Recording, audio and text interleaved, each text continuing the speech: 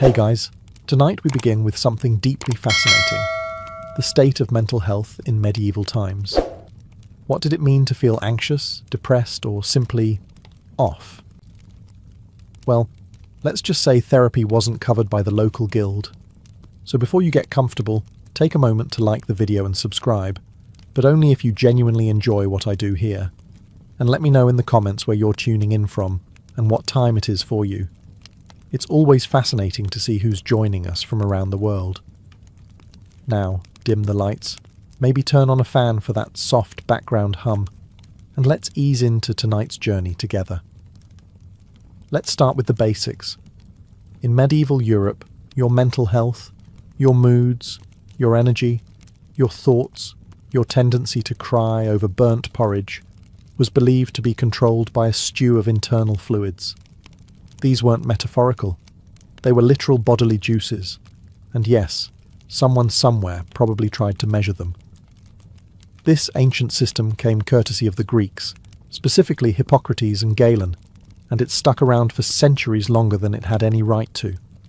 The theory of the four humours claimed your health, personality and mood were all controlled by the balance of blood, yellow bile, black bile, and phlegm.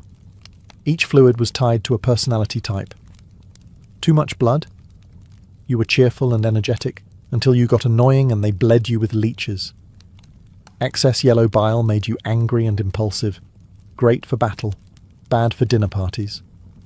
Black bile was associated with melancholy, what we'd now call depression, but back then was a mood imbalance caused by cold and dry conditions, and too much sitting around thinking. And phlegm? That was for the slow, the calm, the maybe he's just tired. So if you were sad, you didn't need therapy. You needed a bucket and a guy with a knife. The preferred cure for emotional distress was bloodletting, a fun little procedure where someone opened a vein and hoped it made you feel better before you passed out. If that didn't work, you might be prescribed laxatives, because obviously, when your soul hurts, it's your bowels. Physicians, and we're using that word generously here, would diagnose you by asking probing questions like, do you feel moist or dry today? They might examine your urine, consult the stars, or smell your breath. The conclusion: always the humours. You were either too hot, too cold, too wet, too dry, or simply too difficult to treat without divine intervention. It's worth remembering that these weren't fringe beliefs. This was mainstream medicine for centuries. So when you imagine a medieval person having a panic attack, don't picture a concerned friend offering tea. Picture a man with a robe, a chart of fluids, and a very sharp knife saying, let's drain the sad out.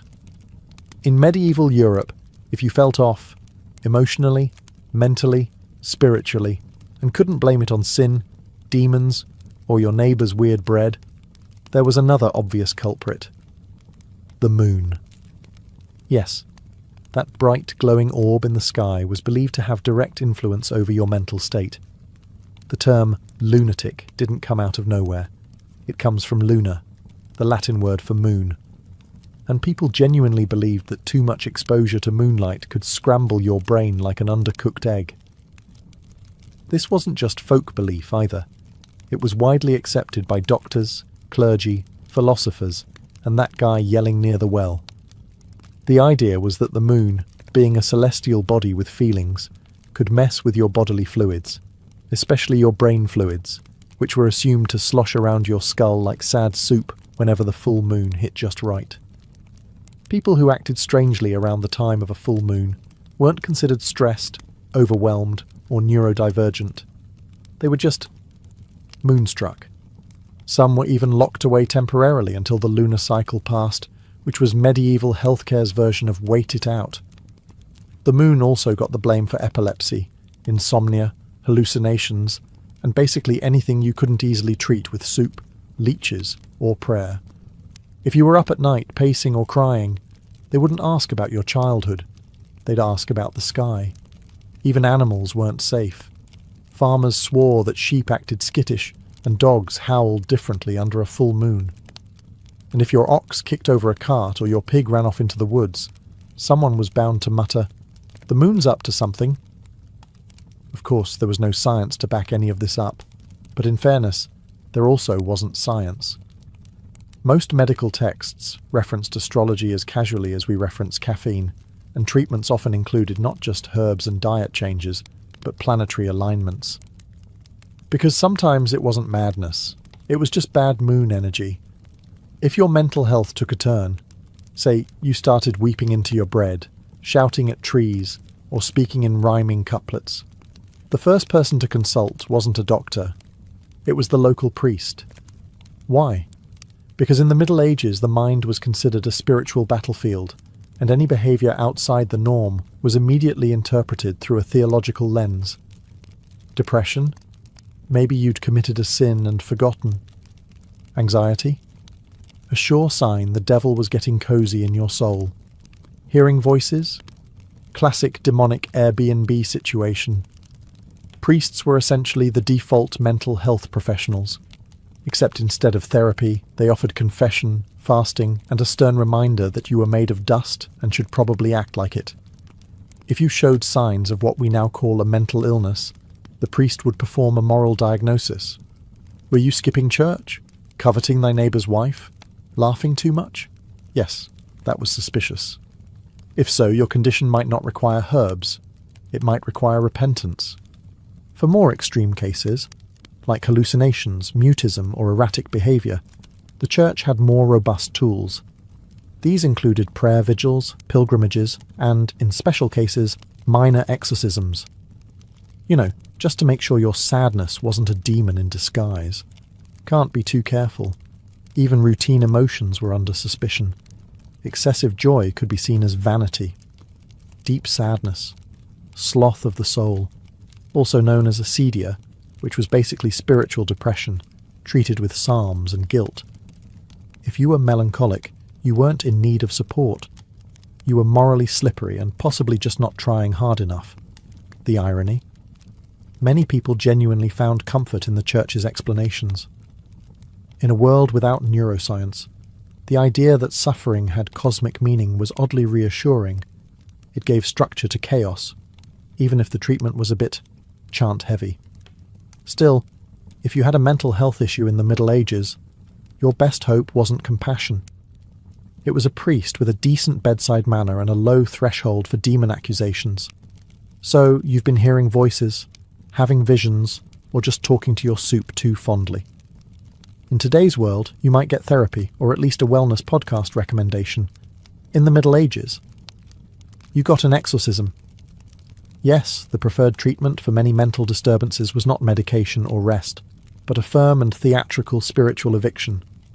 The logic was simple. If you were acting weird, it probably wasn't stress or trauma.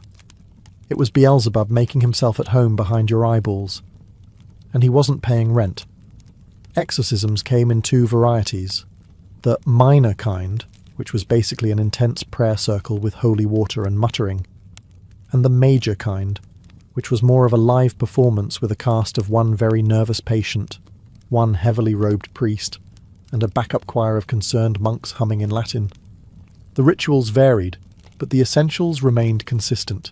Chanting, reading scripture, signs of the cross, relics, and occasionally yelling things like, "Depart, foul spirit," directly into your face. If you happened to flinch, that was seen as evidence it was working. If you didn't flinch, they just chanted louder. Some records describe afflicted people being tied down, sprinkled with salt, or forced to drink holy water. Others were made to fast for days beforehand, which, to be fair, could drive anyone to strange behaviour. One unfortunate soul reportedly had demons smoked out of his ears using burning sage, frankincense, and what we assume was a deep misunderstanding of ventilation. And if none of that worked, you were either deemed beyond help or tragically misdiagnosed as simply being naturally wicked. Not all exorcisms were terrifying, though. In many villages, they were communal events where people gathered in the town square to witness a good, old-fashioned supernatural showdown. Think of it as medieval spiritual theatre. Part religious ritual, part entertainment, part neighbourhood gossip starter. But in truth, most people who underwent exorcisms weren't evil. They were just overwhelmed, traumatized, neurodivergent, or unlucky enough to have a panic attack near a bishop. Let's say you weren't quite disturbed enough for an exorcism, but still deeply troubling at dinner. You wept for no reason, forgot your own name on occasion, or spent a bit too long staring at firewood philosophically. In this case, your treatment wouldn't involve ropes or shouting, just a lot of praying. Possibly while being locked in a room. This was known in some circles as the gentle approach to mental health. You'd be told that your condition was spiritual in origin and could be overcome through self-reflection, discipline, and, of course, relentless repentance. Essentially, medieval mental health care boiled down to, have you tried feeling bad about it?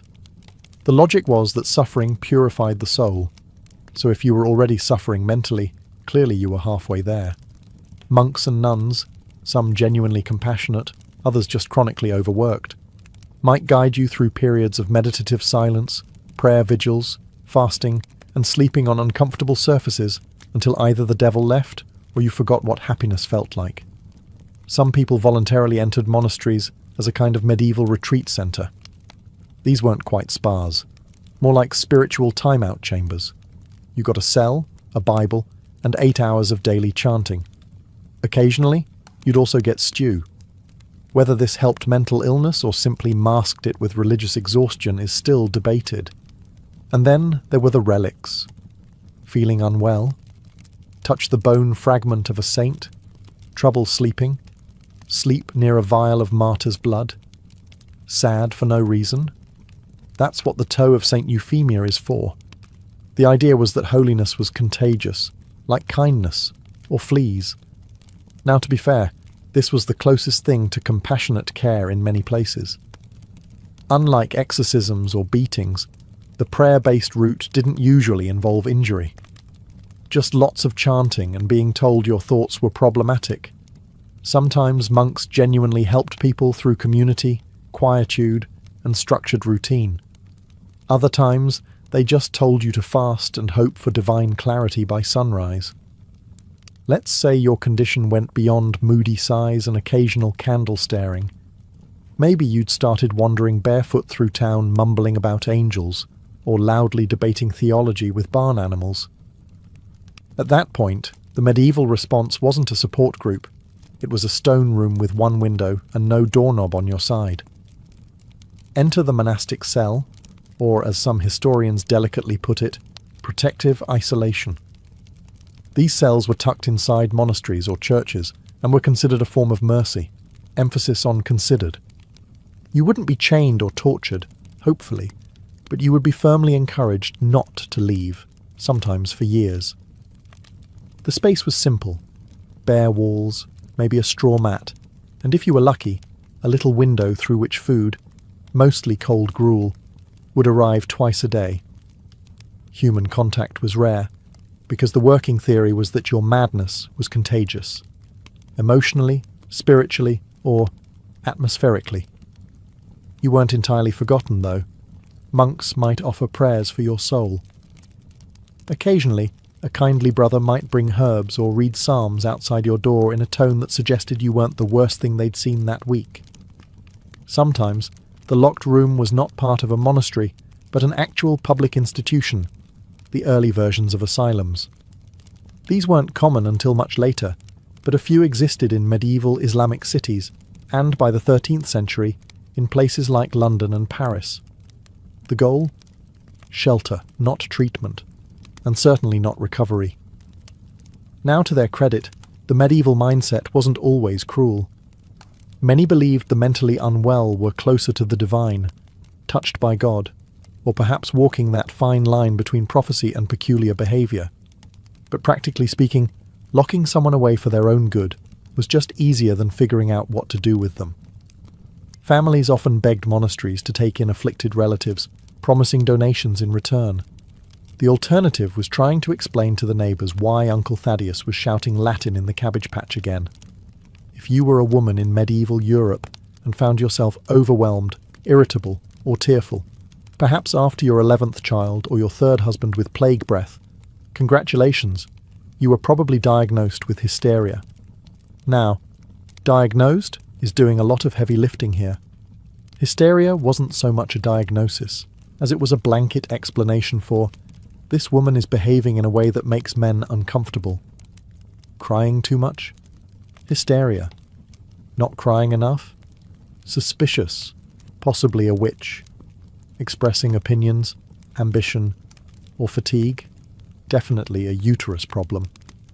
The term itself comes from the Greek hystera, meaning womb. The theory, and brace yourself, was that a woman's uterus could become unmoored and wander freely about the body, causing trouble wherever it went. Yes, that's right. A rogue, floating womb was blamed for everything from anxiety to chronic sighing. Somewhere in your abdomen, your uterus was just doing laps and ruining your day.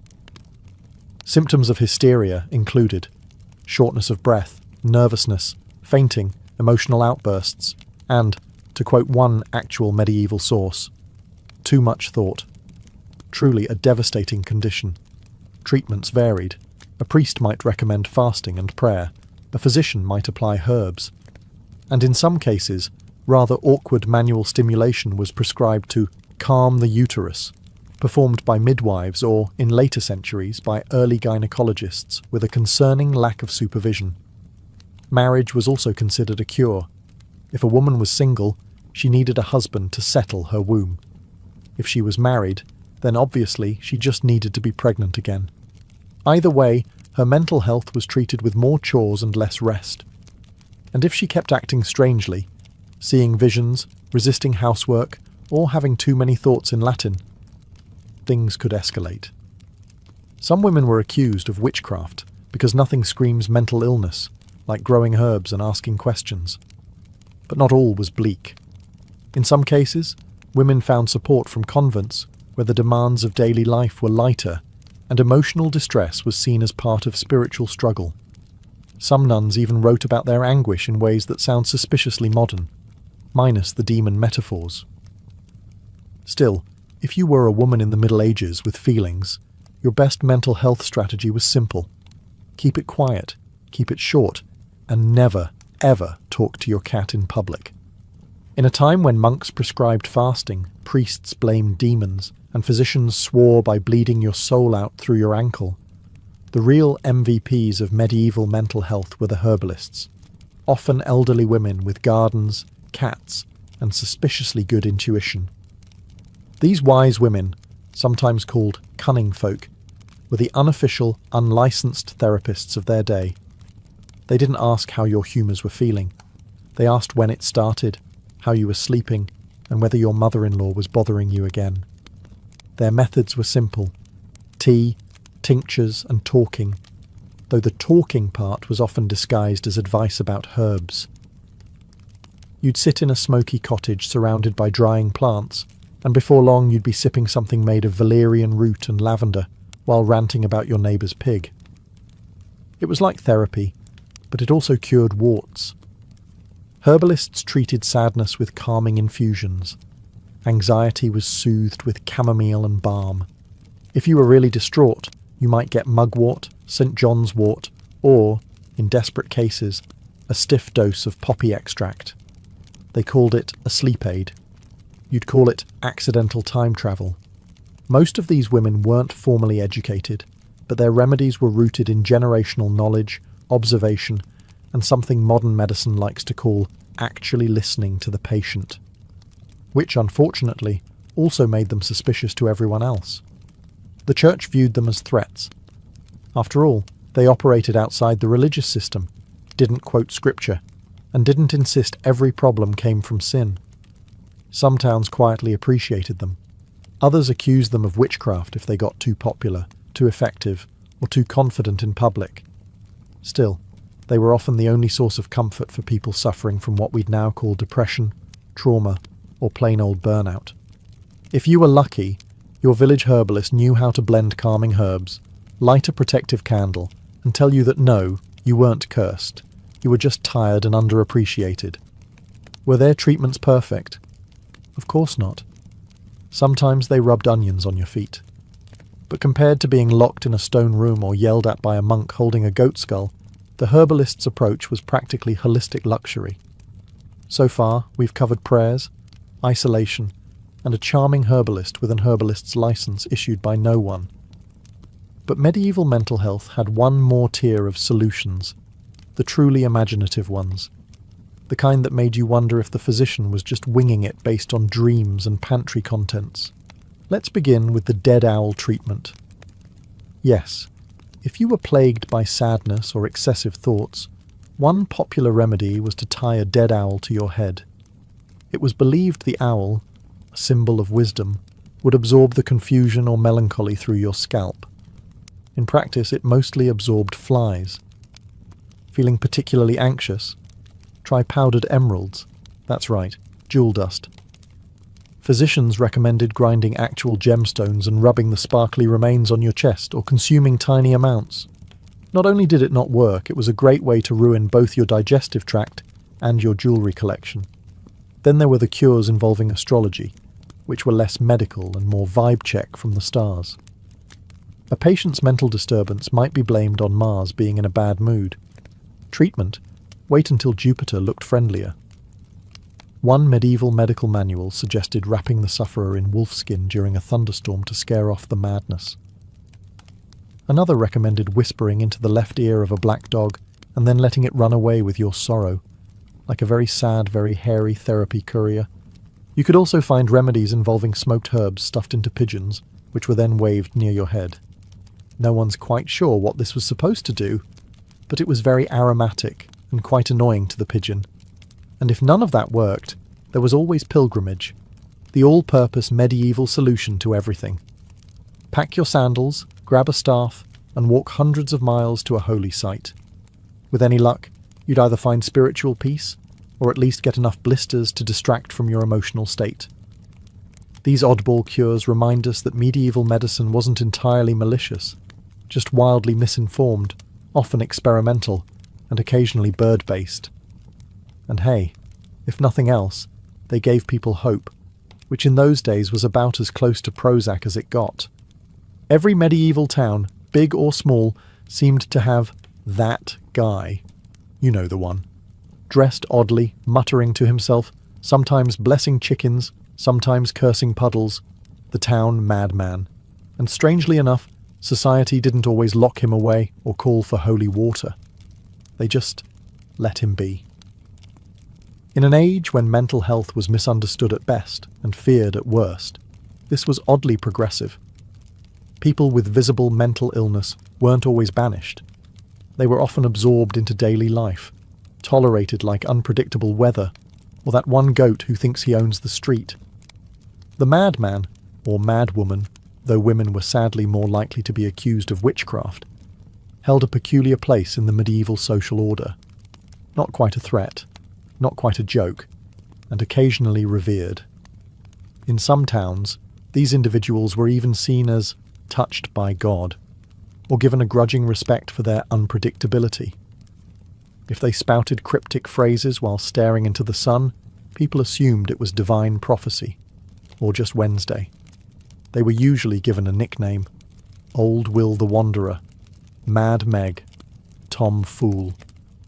You'll notice these sound suspiciously like pub names, which says a lot about how much people drank while pondering madness. These individuals often lived on the fringes, sleeping in abandoned mills, church porches, or literal barrels, Diogenes style. Townsfolk would sometimes give them food, or shoes, or just a wide berth. Children were told not to stare, which of course meant they stared constantly. Occasionally their strange behaviour would lead to small acts of charity. A baker might leave out crusts. A blacksmith might repair a bent walking stick. Medieval communities, for all their superstition, could be surprisingly compassionate, especially when guilt and the fear of eternal damnation were good motivators. But if the madman's behaviour got too loud, too violent, or too unsettling, patience ran out. Then came the priests, the isolation, or worse. Tolerance had limits, especially if the afflicted stopped being amusing and started being inconvenient.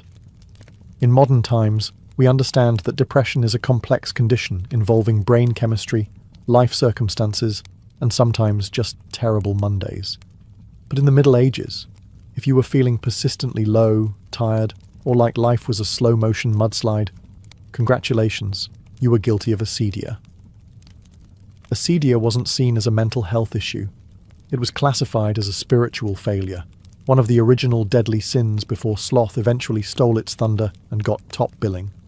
Acedia was sadness at divine good, or in more practical terms, spiritual apathy, lack of joy, and the general medieval version of lying in bed staring at the ceiling. Monks were especially prone to this condition, which they poetically called the noonday demon. Picture it, a monk supposed to be copying psalms, staring at a wall, wondering what the point of it all is. In today's world, that's called burnout. In the 12th century, it was a moral crisis requiring urgent rebuke and possibly more prayer beads. Sufferers of acedia weren't offered comfort. They were told to pray harder, work more, and stop being selfish. Depression wasn't a condition. It was laziness with branding. If your soul didn't feel joy, it was your fault. Maybe you hadn't repented hard enough. Maybe you were secretly proud. Maybe, and this was the nuclear option, you were letting Satan win. And if you dared to express your sorrow out loud, you weren't just pitied, you were viewed as contagious. Sadness could spread. It was like emotional mildew, and monasteries didn't want it soaking into the walls. Lay people weren't immune either. If you couldn't find joy in your toil, it wasn't because you were exhausted or grieving. It was a sign that you needed to go to confession, and maybe build a shed out of guilt. Ironically, some writings from monks who battled acedia sound remarkably modern. Descriptions of numbness, fatigue, restlessness, even suicidal thoughts. But instead of therapy, they prescribed fasting and mentally cataloguing your sins in alphabetical order. In a time when most people owned 2 shirts and one of them was infested with fleas, you'd think laughter would be encouraged. A little joy, perhaps? A chuckle to get through the plague-filled, mud-splattered, leech-happy nightmare that was daily life. Think again. In medieval Europe, laughter wasn't always a sign of happiness. It was often considered a moral red flag. Sure, peasants laughed. Jesters laughed. Occasionally, even monks cracked a smile if a goose did something particularly scandalous. But the official stance from theologians, chroniclers, and very serious people was that laughter could be dangerous, a gateway emotion to chaos, sin, and possibly dancing. The Church, ever watchful of human weakness, warned against excessive mirth. Thomas Aquinas, whose sense of humour was reportedly filed under to be developed, believed that laughter should be moderate and serve a higher purpose. Uncontrolled laughter? A sign of spiritual disorder, maybe even demonic influence. After all, who laughs without reason? Answer: people with a functioning sense of humour. Women, of course, were doubly judged. A laughing woman was clearly up to something, witchcraft probably, while a solemn, silent woman was appropriately pious, or just very dehydrated. And let's not forget the laughter of the mad. If someone laughed at inappropriate times, say during a funeral or while milking a goat, it wasn't seen as eccentric. It was seen as evidence of mental illness, possession, or both. Involuntary giggling was basically a red flag with a tambourine. In some religious orders, novices were explicitly forbidden to laugh during meals, prayer, or basically any activity that might spark human connection. Joy was fine in theory, but it had to be the wholly inward kind, not the belly-aching, wine-snorting kind you get after someone slips on a turnip. Still, people did laugh. Humour survived in village festivals, in satirical poetry, and in that one guy in every town who made funny noises with his armpits. But it was always a little risky. Joy was tolerated, but not trusted. In today's world, talking to your cat is quirky. In the Middle Ages, it was potentially heretical, mildly alarming, and, depending on the tone of your voice, grounds for questioning your sanity or scheduling a light exorcism. You see, medieval society had very clear ideas about who you could and could not have conversations with. People were fine, priests better, But if you started chatting with animals, invisible angels, or anything that didn't answer back out loud, eyebrows were raised, usually followed by torches. Let's start with animals. Cats were already walking a fine line. On one hand, they controlled pests. On the other, they were sleek, mysterious, and never went to church. If you confided in your tabby too often, people might assume she was your familiar, sent by the devil to whisper forbidden wisdom about herbal remedies and where your neighbour hid his cheese. Birds were also suspect. Medieval bestiaries were full of half-true and fully weird facts. If someone said a crow told them the future, that wasn't poetic. That was treason against sanity. Even dogs, mankind's loyal companions, were acceptable, until they started appearing in your dreams wearing robes and quoting scripture. Then there were the angels, who, according to countless religious texts, were everywhere, watching, protecting, and occasionally delivering ominous messages during thunderstorms. If you claimed to see or hear them often, you might be considered saintly, or if your timing was poor, mad, or possessed. The difference often depended on whether you were in a monastery or yelling at clouds in the town square. And of course, imaginary friends. Children got a pass. Mostly. But adults? If you claimed to be speaking with invisible beings who gave you instructions, the options were limited. Prophet, lunatic, or future bonfire decoration. There wasn't much middle ground. Interestingly, some mystics, like Hildegard of Bingen, claimed vivid visions and conversations with divine figures. And because they were cloistered, educated, and slightly intimidating, they were tolerated. But if you were a peasant named Bertram who talked to squirrels about theology, you probably weren't writing illuminated manuscripts anytime soon. In the medieval world, mental illness teetered between two extremes. Either you were a walking curiosity or a shameful family secret, and often both, depending on whether the village market was open. Let's start with public spectacle. If someone with visible mental illness wandered through town, muttering, dancing in the rain, or arguing passionately with a bucket, they might attract attention, not scorn.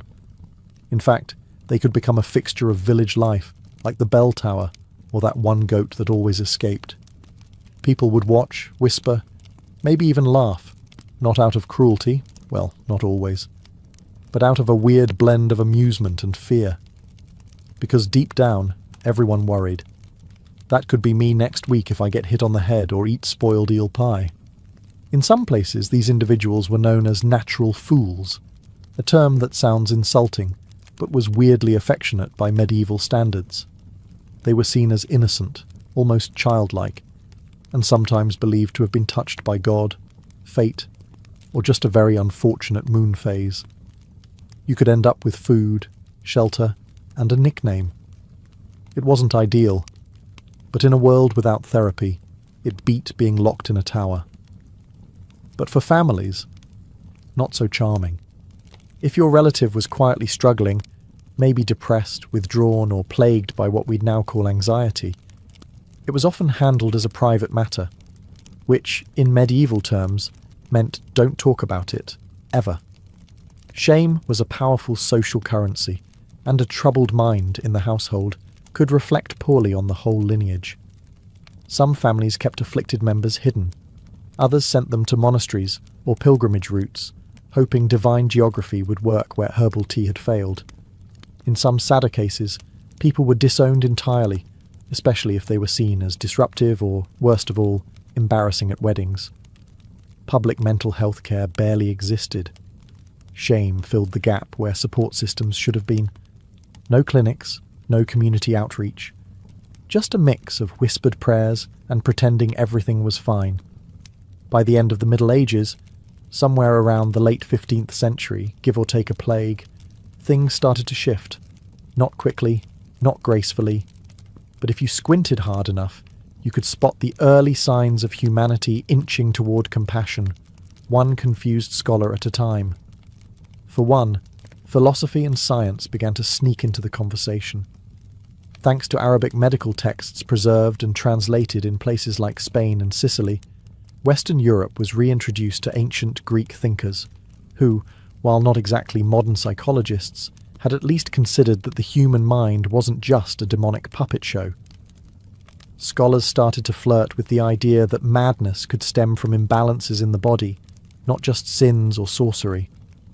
Physicians began to write treatises discussing melancholy and mania, with slightly fewer biblical quotes and slightly more anatomy. Don't get excited. Treatments still involved things like apply leech to temple, but at least people were reading. At the same time, the idea of charitable care began to evolve. In cities like Valencia and Cairo, early hospitals started to separate out patients with mental disturbances from general wards. Some even offered gardens, music, and gasp conversation. It was still far from dignified, but better than being yelled at by a priest while tied to a goat post. The printing press didn't hurt either. With more access to books, ideas about the mind began to spread faster than syphilis at a midsummer fair. This helped plant the seeds for the Renaissance, when mental illness began its long, uphill climb from "you're cursed" to "you might need support." Of course, not everything changed. People still feared what they didn't understand, and the line between madness and mysticism remained as thin as a monk's bedsheet. But the groundwork was laid.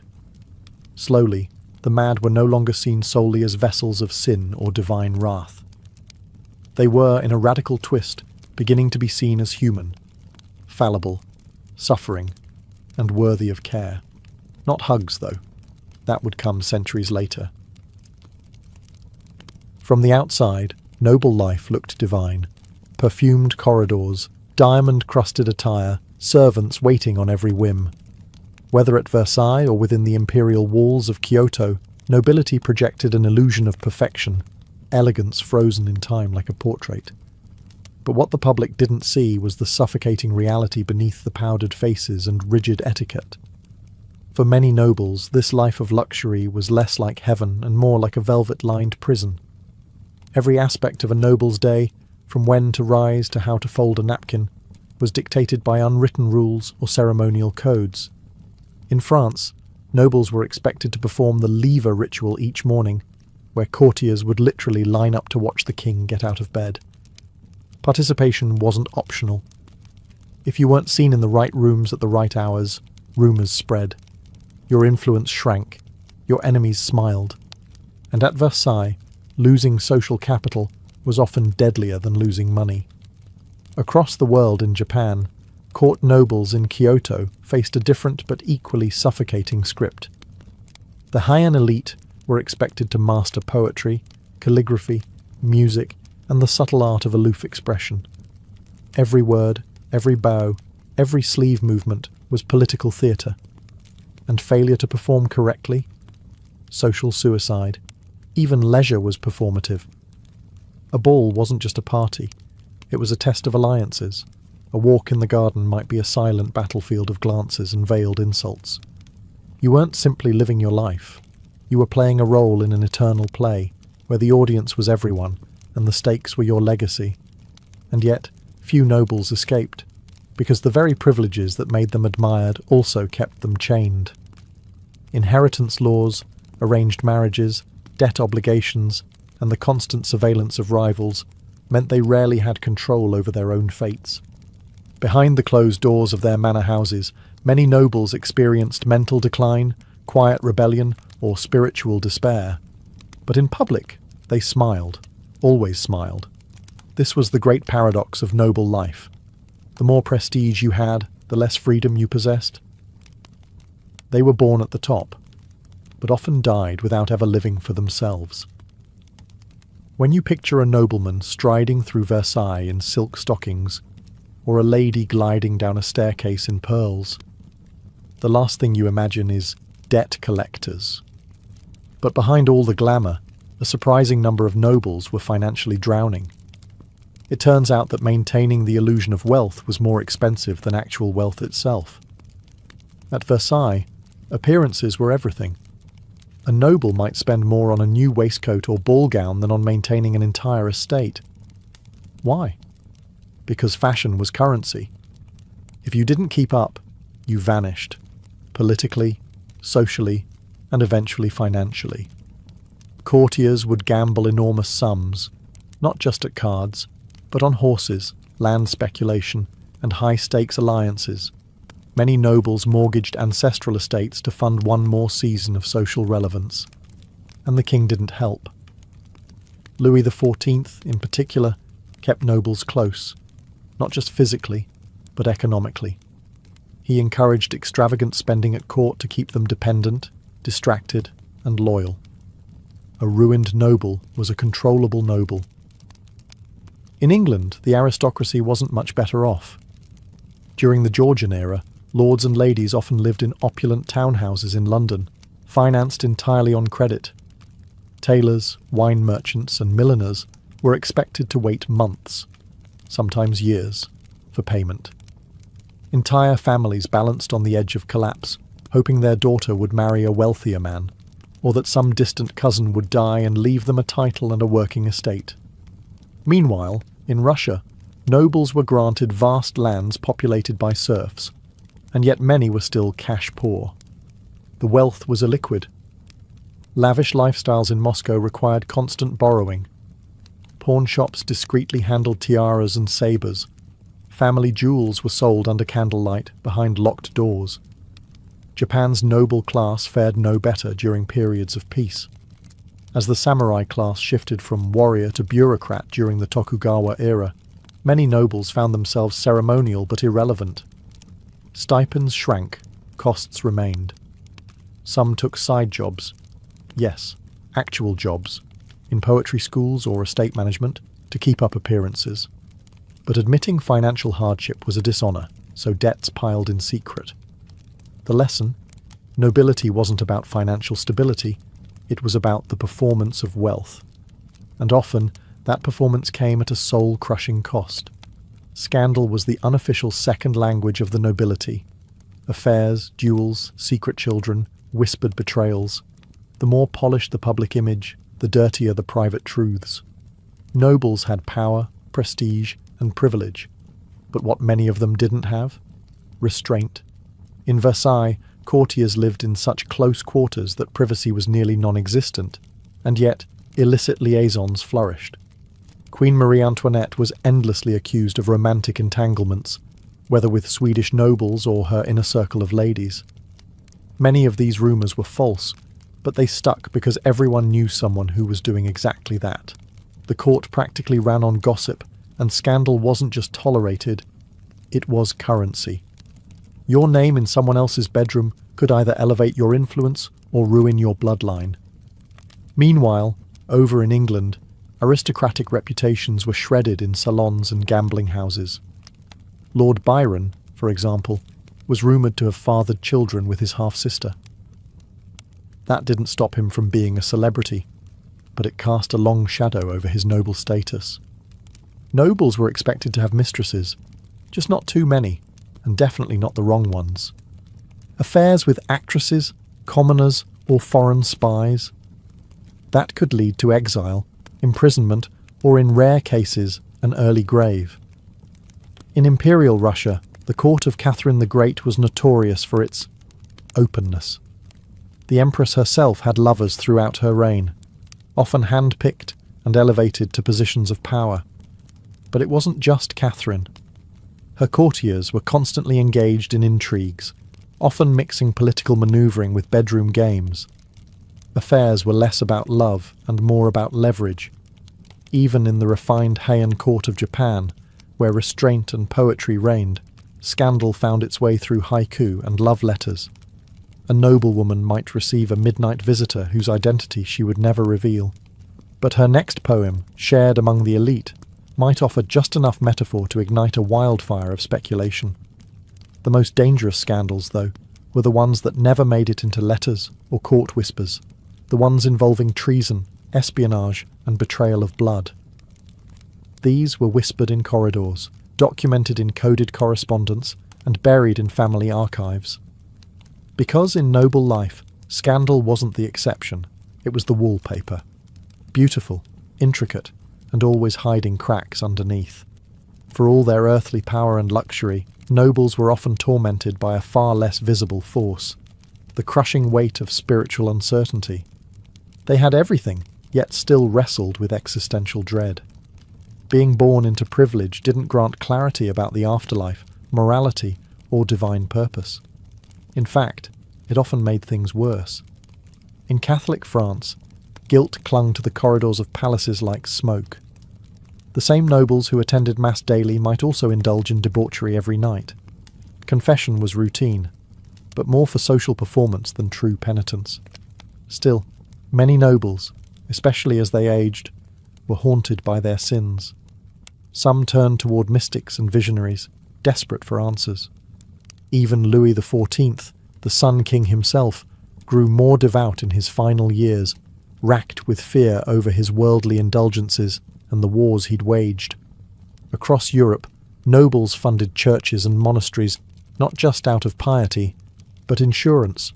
In their minds, a new chapel might buy them a cleaner conscience. 1,000 candles lit in their name could offset a life of intrigue and excess. Some retreated into monastic life altogether in old age, swapping velvet robes for hair shirts. In Orthodox Russia, things were more intense. Nobles were expected to uphold both political and spiritual order, yet many wrestled with doubt, especially during the turbulent reigns of czars who declared themselves chosen by God, even as they ordered purges. Some nobles sought answers in secret prayer circles or turned to fools for Christ, holy wanderers who renounced wealth and comfort to speak uncomfortable truths. These odd mystics sometimes served as the only outlet for aristocrats facing spiritual crisis. Meanwhile, in feudal Japan, the samurai nobility hybrid class often found themselves torn between Confucian ethics, Shinto rituals, and Buddhist detachment. Some nobles turned to Zen, hoping meditation would silence their inner turmoil. Others composed poetry not just for art's sake, but as spiritual catharsis. Still, the tension between duty, honor, and the impermanence of life gnawed at them. When a noble committed seppuku, it wasn't always about shame. Sometimes it was about spiritual release. Despite their silks and titles, nobles were often profoundly lost. Surrounded by ritual and grandeur, many still stared into the void, wondering if any of it truly mattered. Behind the masks of status, their souls were whispering, and sometimes screaming, for peace. In the age before smartphones and email, the most dangerous thing a noble could send wasn't an assassin. It was a letter. Ink on parchment could undo a dynasty, expose an affair, or spark a revolution. And nobles, despite their outward elegance, were compulsive correspondents. They wrote everything down: secrets, longings, schemes, prayers, love, lies. These weren't idle pen-pal exchanges. They were calculated tools of diplomacy and survival. At Versailles, every noble had a paper trail: love letters to mistresses, pleas to creditors, carefully worded flatteries to the king. And not all of it was above board. Couriers carried sealed notes laced with invisible ink or written in cipher. A wrong phrase in the wrong hands could lead to exile or the scaffold. Some nobles even had personal ciphers, alphabets invented solely for clandestine conversations. The Duke of Orleans, for instance, was known to correspond with suspected radicals during the lead-up to the French Revolution. And his letters, meticulously coded. But ciphers were never foolproof. In one legendary case, a noble's encrypted diary was decoded long after his death, revealing a hidden life of treason and betrayal. In the Habsburg courts, marriage negotiations often played out through veiled language. A letter might begin with discussion of weather and falconry, but hide deeper intentions between the lines. Parents arranged matches through polite lies. Lovers begged for elopement under the guise of visiting countryside estates. In Japan's Heian era, poetry served as code. A single waka, just 31 syllables, could convey forbidden love, rejection, or a secret rendezvous. Noblewomen were particularly skilled at crafting double-meaning verses, often responding in kind within hours. These exchanges were delivered by discreet messengers, sometimes servants, sometimes children, always sworn to silence. During the Renaissance, some noblewomen ran entire espionage networks through their salons, writing to allies in foreign courts. In Russia, letters smuggled out of the Tsar's inner circle helped fuel uprisings. Nobles trapped in gilded cages turned to correspondence as their only form of rebellion. Paper became weapon, shield, and confession booth all in one. Of course, the riskiest letters were the ones that never arrived. Intercepted, burned, buried. Some lay hidden in attics and wall crevices for centuries, their secrets unread, their senders long forgotten. But make no mistake, within those ink-stained lines lived revolutions, heartbreak, and the rawest truths of the noble soul. In noble society, emotion was a luxury no one could afford. Joy, anger, fear, all were carefully measured, rationed, or concealed entirely. A noble's survival depended not just on wealth or title, but on mastering the art of emotional camouflage. To rule at court, one had to perform, and never, ever flinch. At Versailles, life was a never-ending theatre. Nobles rehearsed their smiles, their bows, their silences. A raised eyebrow could signal support or sabotage. Tears were reserved for funerals, and even then, only if the cameras of courtly judgment were watching. The goal was simple: project elegance, hide the chaos. Those who failed were branded unstable, hysterical, or worse, unfit. This emotional choreography was learned young. Noble children were taught to speak only when spoken to display pride without arrogance, and to suppress grief until it could be written about in private diaries. Meltdowns were not just embarrassing, they were politically dangerous. A single outburst could be remembered for decades and used as ammunition in future rivalries. In Japan's Heian court, nobles were even more refined in their restraint. Public emotion was seen as vulgar. One's true feelings were shared only through metaphor, in poetry, gestures, or carefully chosen silences. A noblewoman's sleeve might carry more meaning than her words. A fan opened halfway could signal heartbreak. A single cherry blossom plucked too early, despair. To survive, one had to master subtlety as fluently as language. In England, nobles kept a stiff upper lip. A scandal could be quietly swallowed with a brandy, but never spoken of. Behind closed doors, journals wept for them. Volumes of sorrow and suppressed rage bound in leather and sealed away in desk drawers. Mental illness, grief, shame, all of it was hidden behind ballroom smiles and military posture. Some cracked under the pressure. There are records of nobles who snapped mid-dance or collapsed during ceremonies, later confined to asylums or sent away to recuperate in remote estates. But these were whispered tragedies. The show, after all, had to go on. Because in the grand masquerade of nobility, emotions were a liability. Masks weren't just for balls, they were daily attire. And behind every bow, every compliment, every elegant laugh, there was often a storm raging, perfectly concealed behind silk and etiquette. To be born noble was to inherit not just land and titles, but expectations so heavy they could crush the spirit. From the first breath, a noble child was less a person and more a vessel for legacy. Every decision they made was haunted by the demands of their ancestors and the judgment of generations yet unborn. In France, sons of dukes and counts were groomed like racehorses. Their futures were mapped out in ledgers and family trees. Marry this heiress. Befriend that prince. Don't embarrass the bloodline.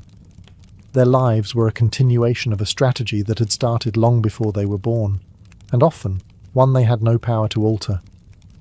Even the women were pawns on the family chessboard. A duchess's value was often measured by the strength of her dowry and the purity of her lineage. England's aristocracy had similar burdens. Firstborn sons inherited the estate, the debt, the staff, and the responsibility of ensuring the family didn't fall into disgrace, or worse, trade. Those who failed were remembered not for their humanity, but for being the one who lost the manor. Meanwhile, younger sons, without land or title, were quietly funneled into the church or military, with little choice in the matter. In Russia, noble families carried their status like a ticking time bomb. One misstep, one disagreement with the wrong court faction, and everything could be seized.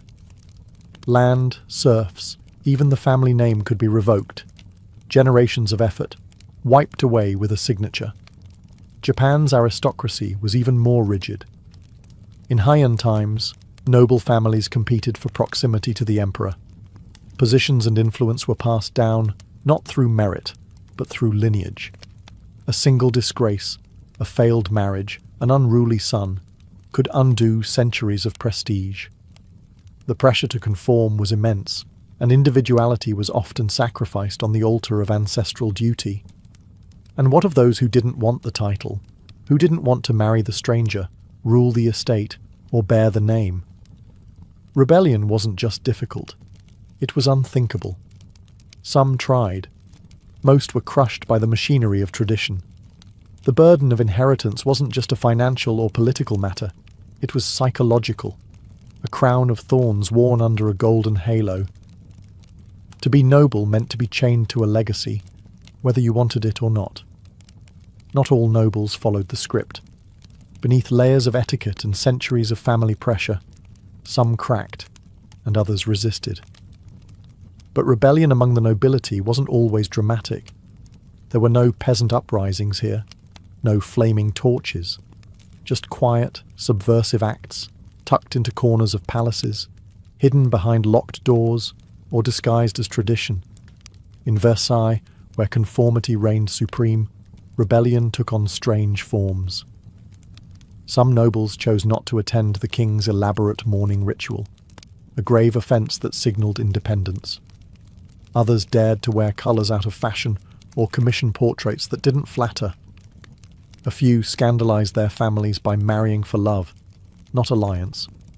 These small gestures in the world of court politics were explosive. In England, some aristocrats defied expectations by turning to art and literature. Lord Byron didn't just write poetry, he lived a life that mocked every expectation of noble restraint. Cross-dressing, travelling with lovers, scorning Parliament, his life was a rolling provocation. Less flamboyant nobles simply vanished to the countryside, retreating from London's social obligations. That alone could be interpreted as rebellion, a refusal to play the game. In Russia, quiet dissent took more dangerous forms. Some nobles supported revolutionary ideas under the radar, disguising radical philosophy salons as harmless poetry gatherings. Others helped serfs escape or gave them educations, treasonous acts under the Tsar's rule. These weren't loud revolutions, but quiet betrayals of a broken system. Japanese nobles had even subtler means of rebellion. A poorly timed poem, a gift with a hidden insult, refusing to shave one's head in mourning. All of these could be read as rejection of ritual. Some noble women resisted their arranged marriages by falling in love through poetry, subtle yet scandalous. Others withdrew into religious life, not out of piety, but protest. And then there were those who simply disappeared, nobles who faked illness to avoid court, who buried themselves in dusty libraries, pretending to be too engrossed in astronomy or botany to deal with courtly nonsense. Their retreat wasn't weakness, it was defiance. These rebels rarely made history books, but their choices, however quiet, chipped away at the illusion of perfect obedience. Not all nobles followed the rules. Some whispered no, and that, in their world, was louder than any scream. For all the grandeur and posturing, nobility was obsessed with one thing above all: legacy. Not the kind you feel, the kind you can engrave, paint, parade, and pass down. Portraits in oil, family crests etched into marble. Vast estates with names longer than some novels, every ball, battle, and betrothal was part of an unending project to be remembered. But here's the uncomfortable truth: most of them weren't. Yes, we remember the monarchs. The kings who launched wars, the queens who lost their heads. But the average noble? Forgotten. Their elaborate rituals, their infighting, their expensive shoes, vanished like breath on glass. What remains are fragments, unsigned letters, crumbling estate walls, cryptic mentions in estate ledgers. The grand story of the aristocracy isn't one of eternal glory, it's one of selective survival. In France, the revolution didn't just end lives, it erased entire bloodlines from memory. Portraits were defaced, names were banned. The aristocracy who obsessed over how history would view them were instead swept away by it. Some survived, sure, by changing names, hiding jewels in fireplace bricks, or fleeing to foreign courts. But their legacies were not what they had intended. They became cautionary tales, not immortals. England's nobles fared better, legally protected, land-rich, institutionally embedded. Yet even they were not immune to irrelevance. Once buzzing estates now sit in ruin. Dust covers tapestries that once cost fortunes. The great names? Many dissolved through scandal, poor marriages, or just time. A line with no heirs is a legacy with no future. In Japan, the aristocracy was eventually replaced in importance by the military class, the samurai and shogunate. The elaborate poetry, the court rankings, the ceremonies faded. And though a few families trace their roots to ancient noble houses, the modern world rarely cares. Even the proudest names became museum labels. And what of those who tried to control the narrative? Commissioning epic biographies, dictating memoirs, sponsoring churches. They too are subject to history's selective memory. Often, the real stories, the shame, the secrets, the compromises, survive only in whispers, footnotes, or hidden letters. In the end, legacy was the ultimate illusion. Nobles lived in service of being remembered, yet were often forgotten entirely. Behind the portraits and palaces lies a quiet truth. Permanence was never real. Only the performance was. In the spring of 1900, a curious man in a wide-brimmed hat stood under the Cretan sun, staring at scattered stones and half-buried walls. His name was Sir Arthur Evans, a British archaeologist, historian, and eccentric dreamer. He had come to Crete not just to excavate ruins, but to chase a ghost. Specifically, the ghost of a civilization that had haunted Greek legends for centuries. A civilization so old it slipped through the cracks of both history and myth. For years, travellers and locals had spoken of strange artifacts surfacing in the hills south of Heraklion. Pottery older than Mycenaean, strange glyphs no one could read, and ruins that didn't quite match any known Greek style. Evans was convinced that these were the traces of a Bronze Age people, older than Homer, older than Athens, who had once ruled the Aegean. Then came the moment that changed everything. On a plot of land known as Kefala Hill, Evans and his workers unearthed a massive structure buried beneath centuries of dust and rubble. Walls emerged, not simple huts, but foundations of rooms, staircases, corridors. What they were looking at wasn't a temple or a fortress, but a palace. And not just any palace, one so complex it seemed designed to confuse anyone who walked inside. A labyrinth, perhaps. Evans immediately made the connection. This had to be the Palace of Knossos, legendary seat of King Minos. The same Minos who, according to myth, imprisoned the half-man, half-bull Minotaur deep within a maze beneath his home. Whether myth or not, the ruins matched the story. Countless twisting halls, multiple floors, mysterious dead ends. It was a palace that defied logic, as if built to trap not just people, but time itself. He called the people who built it the Minoans, after Minos. No one knew what they had called themselves. Their script, known as Linear A, was still undeciphered. But their art, their architecture, and their reach suggested an empire long forgotten. And so, with trowel in hand and a myth in mind, Evans began to peel back the centuries. What he found would challenge everything people thought they knew about early European civilization, and ignite new debates that still haven't settled. The Palace of Knossos is not a palace in the traditional sense. It's a puzzle made of corridors, courts, and chambers that seems to double back on itself with every turn. Covering more than 150,000 square feet, the structure was a multi-story marvel of the ancient world. And at its heart lay a paradox. How could something so open, so light-filled and advanced, feel so impossible to map? There were no grand walls or moats, no militaristic towers. Instead, Knossos had balconies, skylights and air shafts. Architectural features unheard of in Bronze Age Europe. The entire complex seemed designed not for war, but for ceremony, administration, and perhaps mystery. Stairs wound in dizzying spirals. Narrow corridors opened into sudden courtyards. Rooms connected unexpectedly.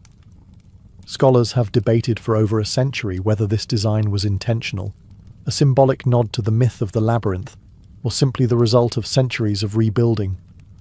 To walk through Knossos is to surrender any sense of direction. There are rooms within rooms, wings that loop into each other, and passageways that lead nowhere at all. Evans was convinced this layout reflected the story of Daedalus, the legendary craftsman who constructed the labyrinth for King Minos to imprison the Minotaur. While there's no archaeological proof of a literal monster, the confusion felt while navigating the site is very real. And yet, the palace wasn't just a maze. It was a miracle of ancient engineering. The complex featured advanced plumbing, including terracotta pipes, flushing toilets, and a drainage system so efficient it would make parts of 19th century Europe blush. Rooms had natural ventilation. Light wells illuminated the inner chambers. Some staircases plunged down 3 or 4 stories, suggesting a deep, tiered structure rarely seen before the modern era. The throne room, modest by royal standards, lies tucked deep inside, almost hidden. Its centerpiece is a stone chair flanked by griffin frescoes, surrounded by benches. This wasn't a place of spectacle, but of controlled ritual.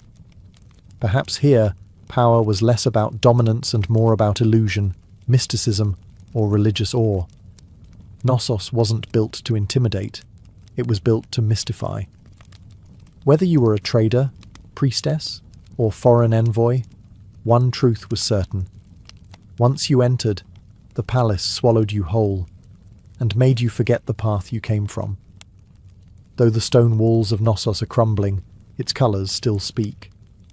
Buried beneath volcanic ash and time, the palace's frescoes emerged as some of the most vivid, enigmatic, and advanced artworks of the ancient world. Unlike the rigid, militaristic art of later Greek or Egyptian civilizations, the Minoan frescoes burst with movement, of dancers, dolphins, bulls, and goddesses. They didn't just decorate rooms, they told stories, hinted at rituals, and revealed a civilization that seemed to love life, beauty, and rhythm. One of the most iconic images from Knossos is the bull-leaping fresco, a young figure somersaulting over a massive bull in an elegant, impossible arc. Was this real? Was it myth? Historians have debated it for over a century. Was it a ritualistic sport, a religious offering, or simply a metaphor for taming chaos? Regardless of its meaning, the image captures something essential about Minoan life, a dance with danger, with grace at its core. Elsewhere, the walls bloom with lilies and crocuses, monkeys and birds, spirals and waves. In the Prince of the Lilies fresco, a slender youth with flowing hair and an ornate crown struts with ceremonial confidence. Though Evans initially identified him as a prince, modern scholars aren't sure. The figure may represent a priest, or even a goddess. Gender in Minoan art is fluid, symbolic, and still deeply mysterious. Unlike many ancient civilizations, the Minoans didn't focus their art on kings, wars, or conquests. There are no depictions of battles or slaves. Instead, there are scenes of celebration, of nature, of sacred rites. Women are central, not in the background, but front and center. Bare-breasted priestesses with elaborate skirts and coiled hairstyles perform rituals, suggesting that women may have held significant, even dominant, religious roles. And the colours. Deep reds, blues and whites still cling to the plaster after thousands of years, defying time. The vibrancy of the artwork hints at a society that not only valued aesthetics, but understood their emotional power. These weren't just pretty paintings. They were symbols of cosmic order, human joy, and spiritual reverence. In the palace of Knossos, the walls didn't just see history, they sang it. In pigment and pattern, the Minoans painted a world of motion, mystery, and meaning. Among the many enigmas of Knossos, one stands out above all: the prominence of women. Unlike many contemporary societies where women were confined to the margins, the Minoans placed them at the centre, literally and symbolically. Their images dominate frescoes, figurines, and ceremonial scenes, hinting at a civilization where female power wasn't hidden, it was celebrated. In the central court and sacred chambers of Knossos, depictions of bare-breasted women in flounced skirts and ornate headdresses appear again and again. These weren't submissive figures tucked behind kings. They were front and centre, arms raised in blessing, holding serpents, surrounded by symbols of fertility, animals, and divine energy. Scholars believe many of these women were priestesses, intermediaries between the mortal and divine, responsible for overseeing rituals that touched every aspect of Minoan life. One of the most famous artifacts from the palace is the snake goddess figurine, a woman with a piercing gaze, holding serpents in both hands, with a feline perched on her head. Was she a deity? A high priestess? A representation of female sovereignty? We may never know, but her image tells us volumes about the spiritual hierarchy of Knossos, and who may have stood at its peak. In contrast to the pharaohs of Egypt or the kings of Mycenae, no clear Minoan male ruler has ever been identified in the art. No grand statue of a king, no battle scenes glorifying a warlord. It's led many scholars to suggest that Minoan society may have been matriarchal, or at least unusually egalitarian for its time. Women likely held power in both religion and possibly governance, guiding seasonal festivals, managing temples, and performing state rituals. Even the architecture reflects this balance. Rooms believed to be used by high-ranking women, with direct access to shrines, light wells, and private staircases, suggest they moved freely through the palace. Some frescoes depict women gathering in ceremonial processions, dressed in vivid garments, their posture commanding, not deferential. In Knossos, femininity wasn't confined, it was divine. Whether as priestesses, leaders, or symbols of renewal, women weren't secondary to Minoan culture. They were the culture, its voice, its vision, and possibly its soul. Knossos was not just a royal residence, it was a stage for the sacred. Every corridor, courtyard, and chamber seemed to pulse with spiritual intent. From underground crypts to sun-drenched altars, the palace was built not merely for living, but for communing with the divine. And while no Minoan holy book survives, the architecture itself whispers of rituals that shaped their world. The palace featured dozens of small shrines and ritual rooms, many of them tucked into secluded corners or carved deep below the ground. These weren't places for mass worship. They were intimate, mysterious, and likely restricted to the priestess elite. One chamber, often called the lustral basin, features a sunken tub-like structure at the base of a narrow staircase, not meant for bathing, but likely for purification rites. Perhaps initiates descended in silence, cleansed by symbolic waters before entering sacred ceremonies. The central court, vast and open to the sky, was likely the heart of public ritual. Here, hundreds might have gathered for seasonal festivals, celebrating fertility, renewal, or the turning of the year. The rhythmic sound of drums, the twirl of dancers, the chants of priestesses. Knossos was alive with ceremony. And always present in these rites was the bull, that powerful symbol of energy, virility, and the natural world. Throughout the palace, bull horns, stylized and massive, were placed atop walls and entrances. These horns of consecration, as Evans called them, marked sacred thresholds. Paired with the bull-leaping imagery found in frescoes, it's clear that this animal held deep religious meaning. Some believe a live bull may have even been part of certain rituals, not in brutal sacrifice, but as a partner in a spiritual performance, meant to mirror the eternal dance of chaos and order.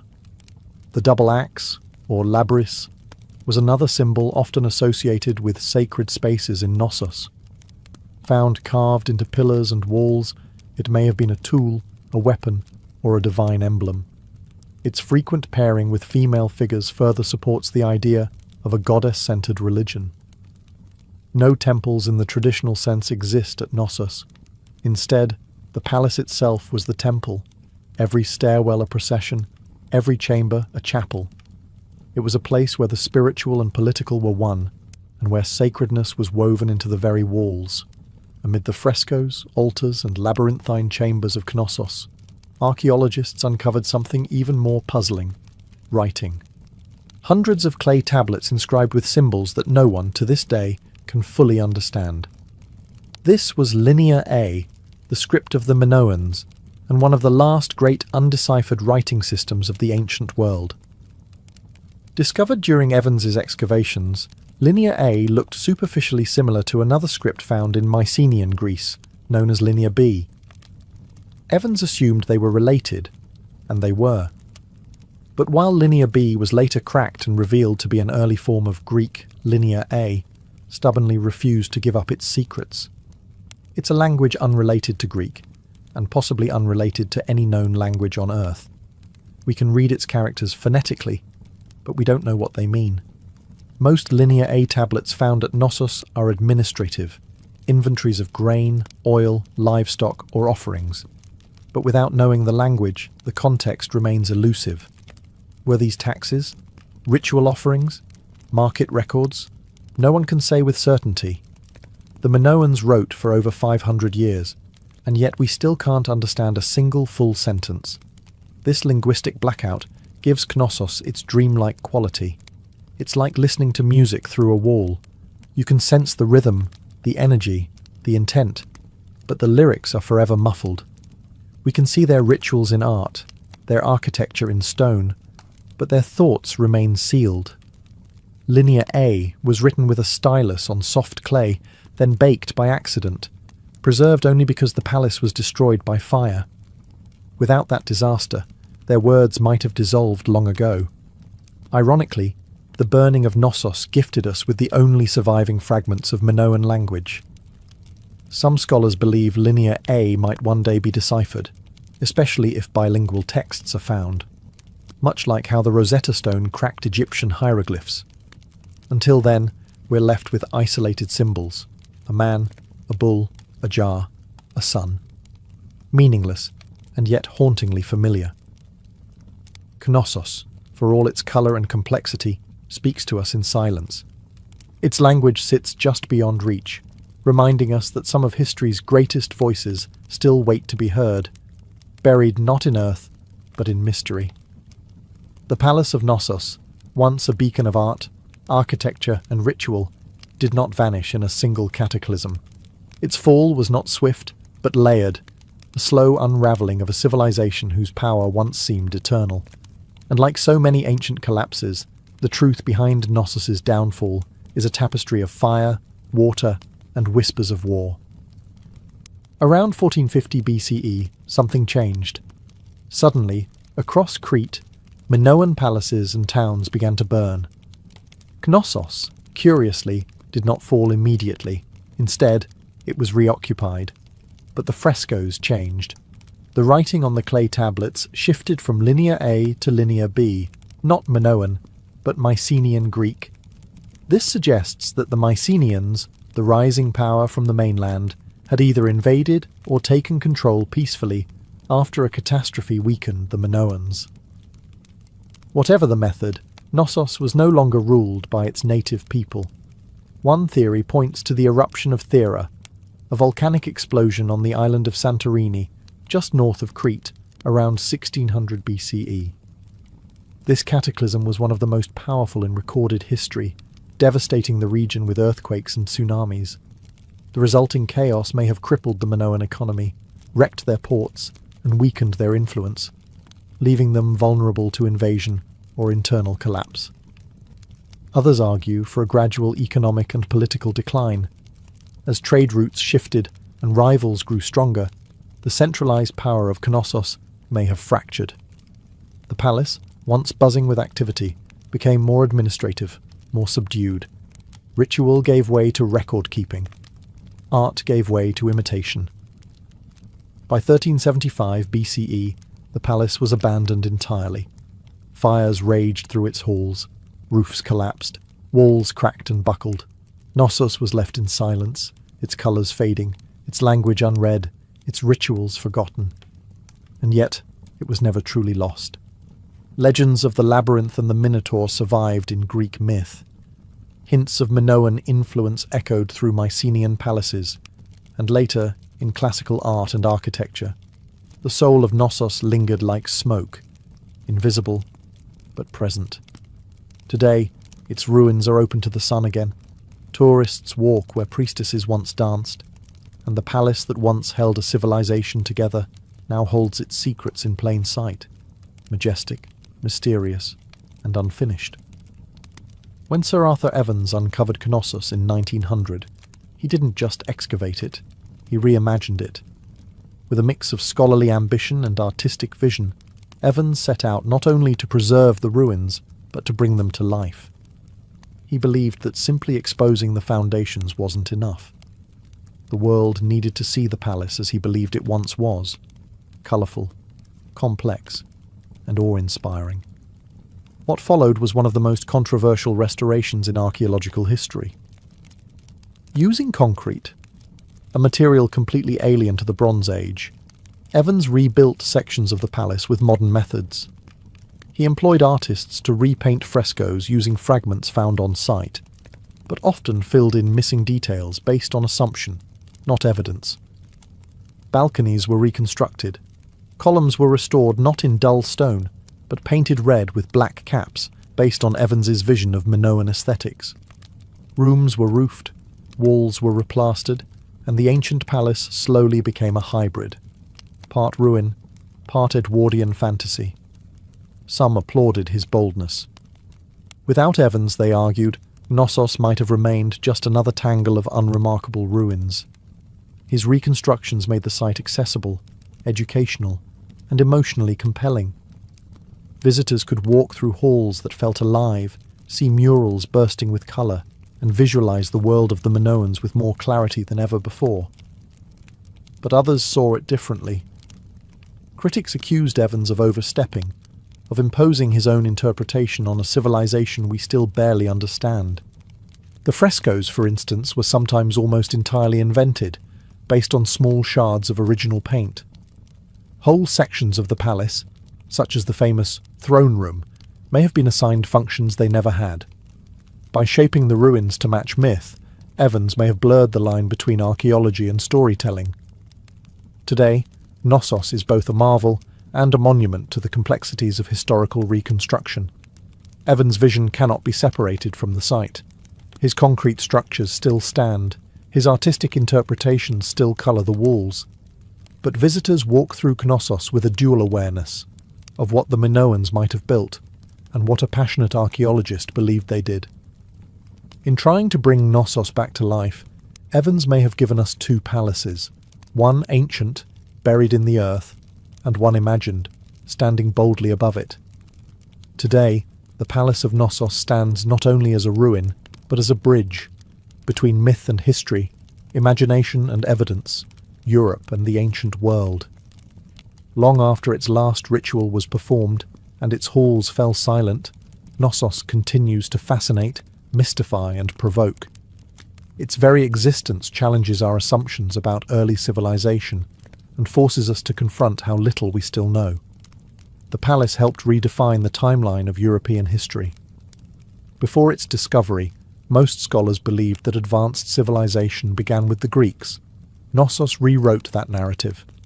Here was a culture flourishing 1,000 years earlier, with plumbing, urban planning, international trade, and symbolic art. The Minoans, centered at Knossos, were not primitive. They were sophisticated, expressive, and deeply spiritual.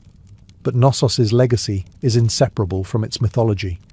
For millennia, the story of the Minotaur in the labyrinth was dismissed as fiction, a fable to frighten or entertain. And yet, When archaeologists unearthed a palace with hundreds of rooms, corridors that looped and twisted, and symbols of bulls carved into stone, the line between myth and history blurred. Perhaps the legend was not invented, but remembered, filtered through generations until only fragments survived. In modern times, Knossos has inspired not just scholars, but writers, artists and architects. Its double axes, horned symbols, and sinuous frescoes have appeared in fashion, sculpture, and even science fiction. The idea of a hidden, ancient civilization beneath the Mediterranean still fuels imaginations. A vision of a time when power didn't mean pyramids or conquest, but beauty, ritual, and balance. Yet Knossos also reminds us of fragility. The palace fell, its language was lost, its people vanished, and its meaning, its real, original purpose, is still debated. Every interpretation is a mirror, reflecting not just the past, but what we want to believe about it. Walk its halls today, and you stand where priestesses once prayed, dancers once twirled, and children once laughed. You stand at the heart of the oldest palace in Europe, a place that lived between sunlight and shadow, between architecture and myth. Knossos may never give up all its secrets, but in its silence it still speaks, of mystery, memory, and the deep, labyrinthine path of civilization itself.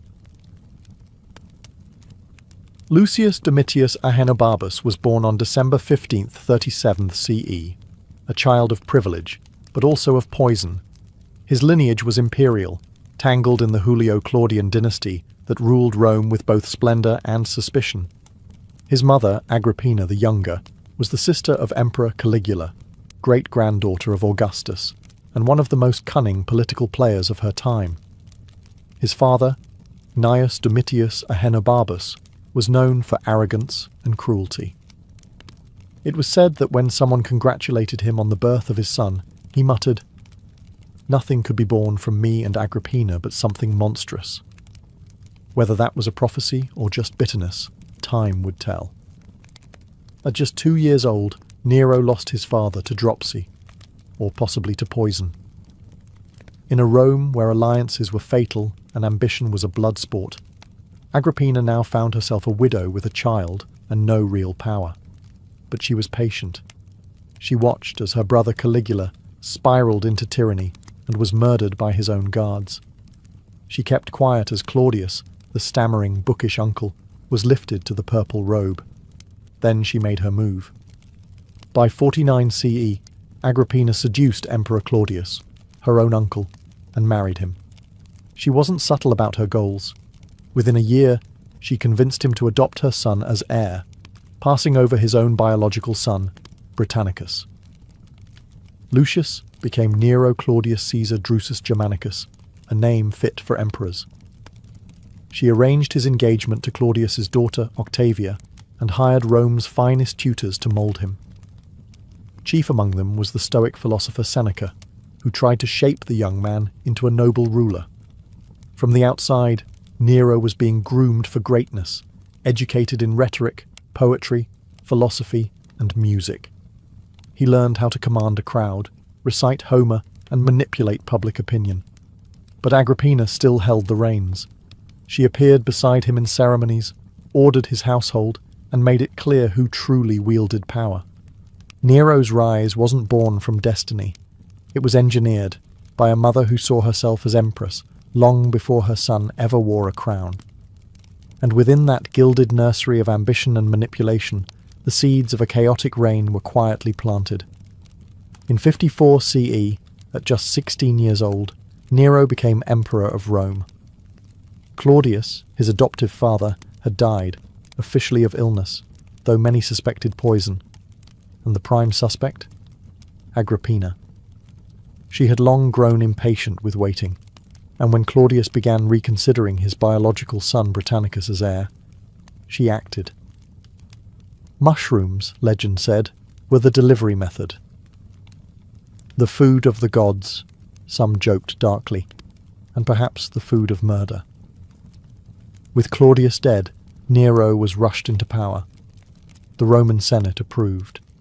The Praetorian Guard applauded, and Agrippina stood triumphantly behind him, dressed in gold and flanked by guards, the real architect of the regime.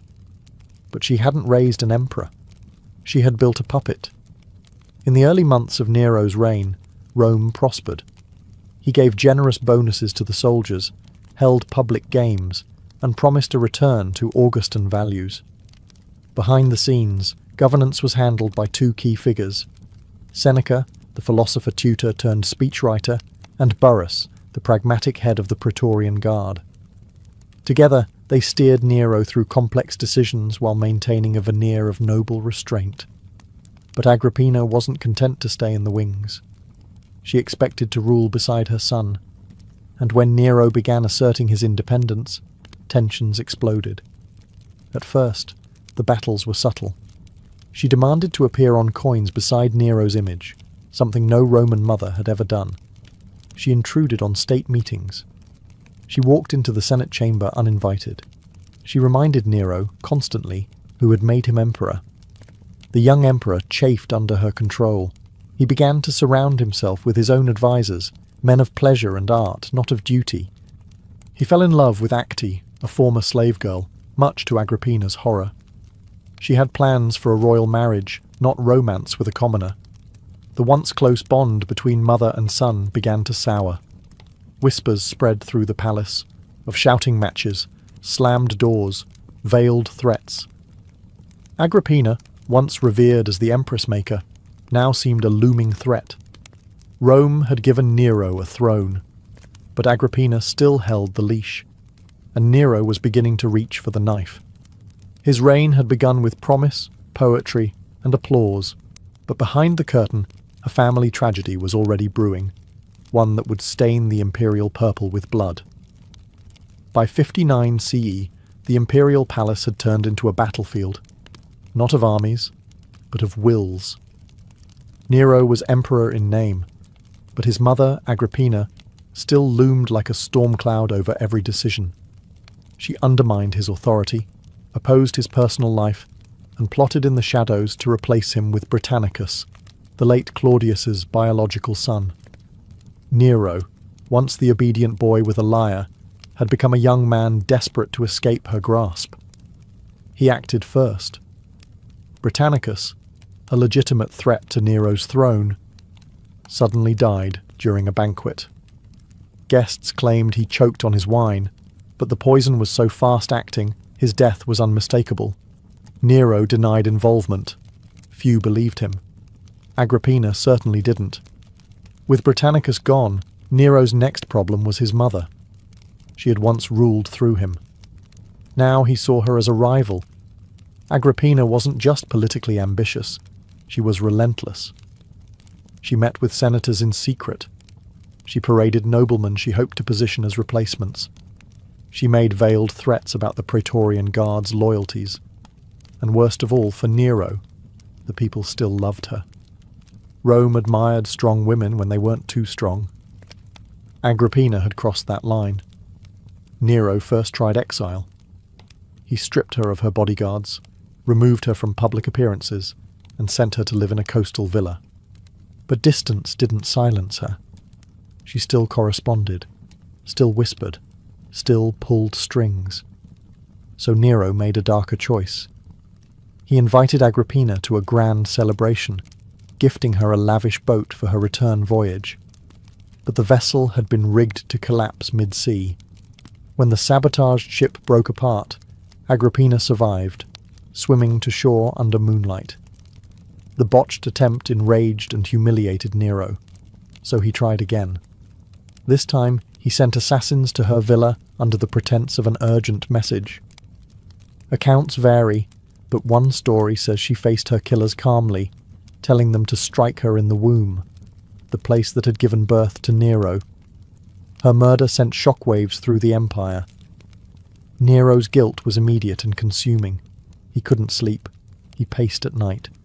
He saw her ghost in the halls. Rome, too, whispered of the unthinkable crime, the emperor who had killed his mother. With Agrippina's death, Nero had finally broken free. But in doing so, he also severed the last tether to restraint. What followed would be a reign untethered by shame and spiralling toward infamy. With Agrippina gone, Nero was finally emperor in full. No more whispers, no more maternal oversight, just unfiltered power. But instead of channeling that power into military conquest or administrative reform, Nero turned inward. He didn't want to be remembered as a ruler. He wanted to be adored as an artist. He fancied himself a poet, a singer, an actor. He performed publicly, something no Roman emperor had dared to do. To the Senate and aristocracy, it was mortifying. In Roman tradition, the stage was reserved for slaves and foreigners. But Nero was undeterred. He trained in music and drama, demanded applause, and filled amphitheatres with forcibly enthusiastic audiences. The emperor didn't just host games, he starred in them. Nero composed verses, sang tragic arias, and recited long epics of his own creation. He prided himself on his voice, even undergoing strange treatments to preserve it, including vomiting rituals, long periods of silence, and bizarre diets. Senators sat through hours-long performances, terrified to leave their seats. Not clapping could mean exile, or worse. He also threw resources into building theatres, sponsoring athletic contests, and redesigning Rome to reflect his aesthetic tastes. He introduced Greek-style games like the Neronia, a blend of Olympic sports and theatrical competitions, where, unsurprisingly, Nero always won first prize. His obsession with performance spilled into foreign policy. On a trip to Greece, Nero insisted on competing in every artistic contest. At the Olympic Games, he took part in a chariot race, with 10 horses instead of the standard 4. He fell off his chariot mid-race but was still declared the victor. Why? Because he would have won had he not fallen. A triumph in Nero's eyes. Yet even as he indulged in these creative fantasies, the empire groaned. Administrators were neglected, governors acted without oversight, the provinces grew restless. But Nero didn't care. He wasn't trying to be another Augustus or Tiberius. He wanted to be Orpheus, Apollo, or maybe something even greater, a god of music with absolute power. To the Roman elite, he was becoming a national embarrassment. But to the masses, given bread, games, and endless entertainment, Nero was a living spectacle, a flawed god on stage singing over the cracks in his collapsing empire. In July of 64 CE, a fire ignited near the Circus Maximus. Within hours, flames surged through the city like a divine curse. The streets of Rome, narrow, overcrowded, flammable, became a furnace. For 6 days and 7 nights, the capital of the empire burned. By the end, 10 of the city's 14 districts were reduced to rubble. Thousands were homeless. Temples, homes, marketplaces, gone. And where was the emperor? Rumours flew. Some claimed Nero had watched the blaze from a tower, strumming his lyre and singing of Troy's destruction. Others swore he had ordered the fire himself to make room for a new palace. Nero denied both, and in truth, he wasn't even in Rome when the fire began. But when he returned, he acted with theatrical flair, opening his private gardens to refugees, organising emergency food deliveries, and funding reconstruction. Yet the whispers persisted. People needed a scapegoat, and Nero, ever the dramatist, gave them one. He blamed the Christians. They were already mistrusted, a strange sect of Jews who worshipped a crucified man and refused to honour the Roman gods. Nero accused them of arson and began a persecution so brutal it would echo through the centuries. Christians were torn apart by dogs, crucified, and, most horrifyingly, burned alive to serve as torches for Nero's garden parties. It wasn't justice, it was theatre by firelight. Meanwhile, Nero unveiled his true ambition, the Domus Aurea, or Golden House. On the ashes of central Rome, he began constructing a pleasure palace of unimaginable extravagance. With artificial lakes, gilded walls, revolving dining rooms, and ceilings that sprinkled perfume, it was a monument to indulgence. A colossal statue of himself, the Colossus of Nero, was planned to tower over it all. To many Romans, this confirmed their suspicions.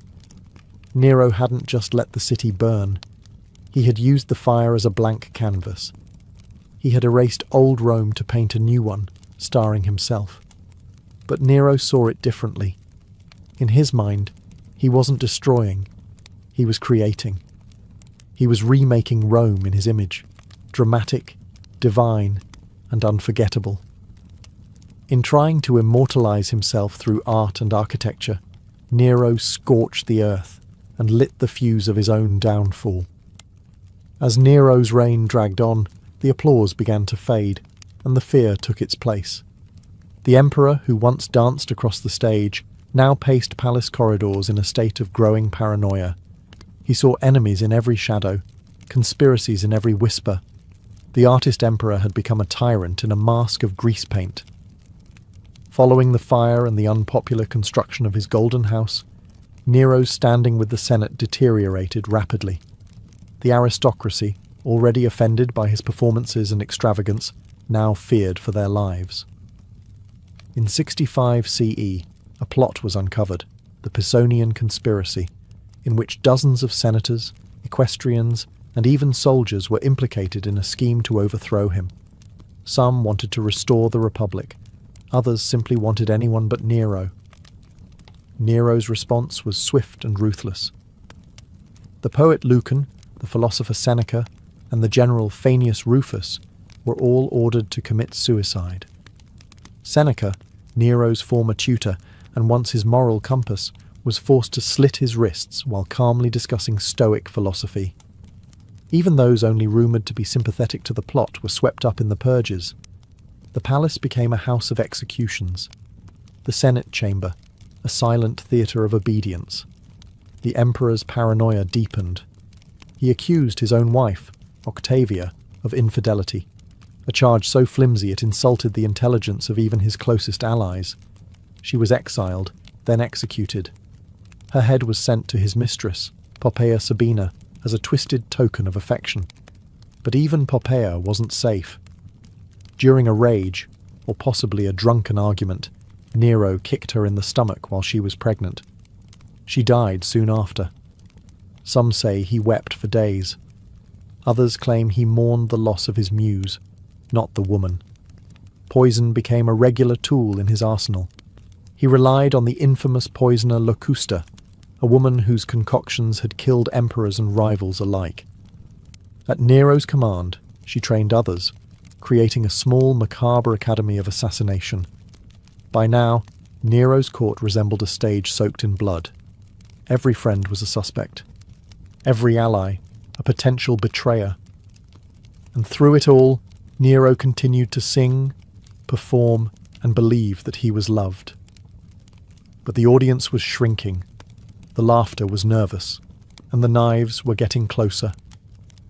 While Nero indulged in performances and purges in Rome, the empire beyond the capital began to rumble. The provinces, long the backbone of Rome's power, grew restless under the weight of neglect, extortion, and Nero's increasingly erratic rule. Taxes were high, governors were corrupt, and military prestige had eroded. In distant corners of the empire, patience wore thin, and rebellion stirred. The first crack came from the east. In 66 CE, the province of Judea erupted into full revolt.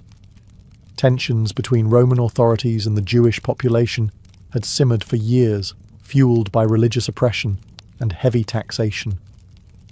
When Nero's appointed governors desecrated sacred temples and looted treasuries, open war broke out. The First Jewish-Roman War began, and it would cost Rome dearly. Nero dispatched one of his most competent generals, Vespasian, to crush the rebellion. Ironically, this act would later prove fatal to Nero's own reign. Meanwhile, in the west, the storm clouds gathered darker still. In Gaul and Spain, Roman legions began murmuring discontent. Nero's lavish lifestyle, the destruction of Rome, and his cruelty had eroded the loyalty of both aristocrats and soldiers. Governors like Gaius Julius Vindex in Gaul declared open rebellion in 68 CE, accusing Nero of being a disgrace to Rome. a self-absorbed performer unworthy of the purple. Vindex's rebellion failed militarily, but succeeded politically. It emboldened others. Servius Sulpicius Galba, the powerful governor of Hispania Tarraconensis, refused to recognize Nero's authority and declared himself a legate of the Senate and people of Rome. It was the first open call for regime change. Back in Rome, panic took hold. Nero's supporters began to flee or turn against him. The Senate, sensing the shift in power, grew bolder. The Praetorian Guard, once his fiercest protectors, was now bribed by Galba's agents. Their loyalty, like everything else in Nero's court, was transactional. Nero tried to rally support. He wept, begged, even considered fleeing to the eastern provinces and returning as a popular artist. But it was too late. The empire had turned against its self-declared god performer. Nero's isolation was complete. The provinces that had once cheered his rise now lit the fuse of his destruction. The emperor had lost his stage, and now the curtain was falling. By June of 68 CE, Nero was emperor in name only. The Senate had turned. The Praetorian Guard, once the iron wall around his throne, had declared allegiance to Galba. The people of Rome, once entertained by his games and theatrics, now watched in silence as the city held its breath. The empire that Nero had once tried to turn into a stage had now left him without an audience. When Nero awoke on June 9th, messengers brought news that sealed his fate. The Senate had declared him a public enemy. He was to be arrested and executed by the traditional Roman method, the poenaculae, or being beaten to death while naked, his head clamped in a forked stick. The same man who once performed to adoring crowds would now die humiliated and alone. Panicked, Nero fled Rome in disguise, dressed in rags and accompanied by a few loyal freedmen. They took refuge in the villa of his former secretary, located in the countryside outside the city. There, in a dark, overgrown garden, the last Julio Claudian emperor hid in a ditch, listening for the sound of approaching horsemen. Even in his final hours, Nero's obsession with legacy did not fade. When he heard hoofbeats in the distance, he reportedly cried out, "What an artist dies in me." It was not Rome he mourned, but himself, his talent, his image, his tragic ending. His companions urged him to die by his own hand, but he hesitated.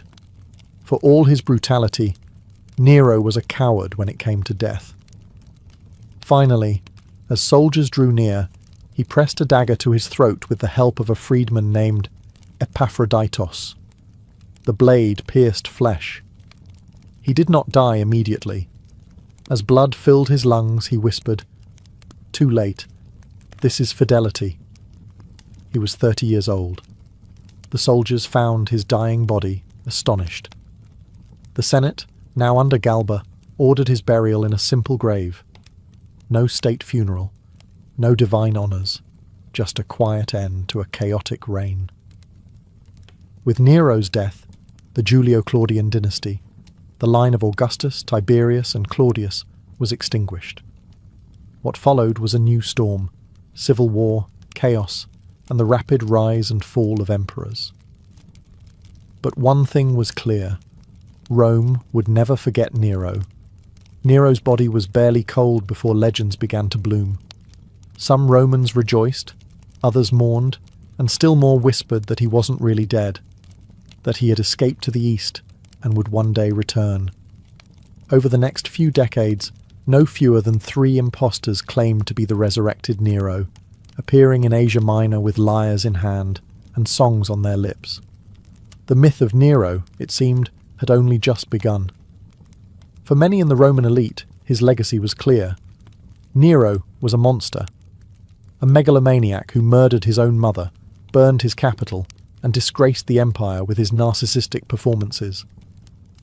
The historians who chronicled his life, Tacitus, Suetonius, Cassius Dio, painted him as a cautionary tale, the artist emperor who let vanity devour virtue, and yet not everyone agreed. Among the lower classes, Nero remained oddly beloved. He had reduced taxes, built public baths, and organized massive games and grain distributions. He gave Rome its greatest spectacles. Some even considered him a populist. Vulgar, yes, but generous. Centuries later, Christian texts would demonize him further, with early writers labeling Nero the first Antichrist and possibly the beast of Revelation. He was remembered not just as a bad ruler, but as a cosmic villain. Still, there was something magnetic about Nero's story. He was not the calculating tyrant that Tiberius or Caligula had been. He was theatrical, flamboyant, impulsive, often absurd. He ruled like a man in a permanent dream, casting himself as poet, god, and tragic hero all at once. Even his death felt like a scene from a lost Greek tragedy. In later centuries, artists, playwrights, and filmmakers would resurrect Nero as a symbol of fallen grandeur, a ruler too obsessed with beauty to bear the ugliness of power. His name became shorthand for excess and decline, a lesson in what happens when ego eclipses empire. But perhaps Nero's strangest legacy is this: he made power performative. He understood, centuries before mass media, that image could be as strong as policy, that if you controlled the narrative, you could shape the future's memory. And in that sense, he got what he wanted. 2,000 years later, we still remember Nero, not for ruling Rome, but for burning his name into history's stage.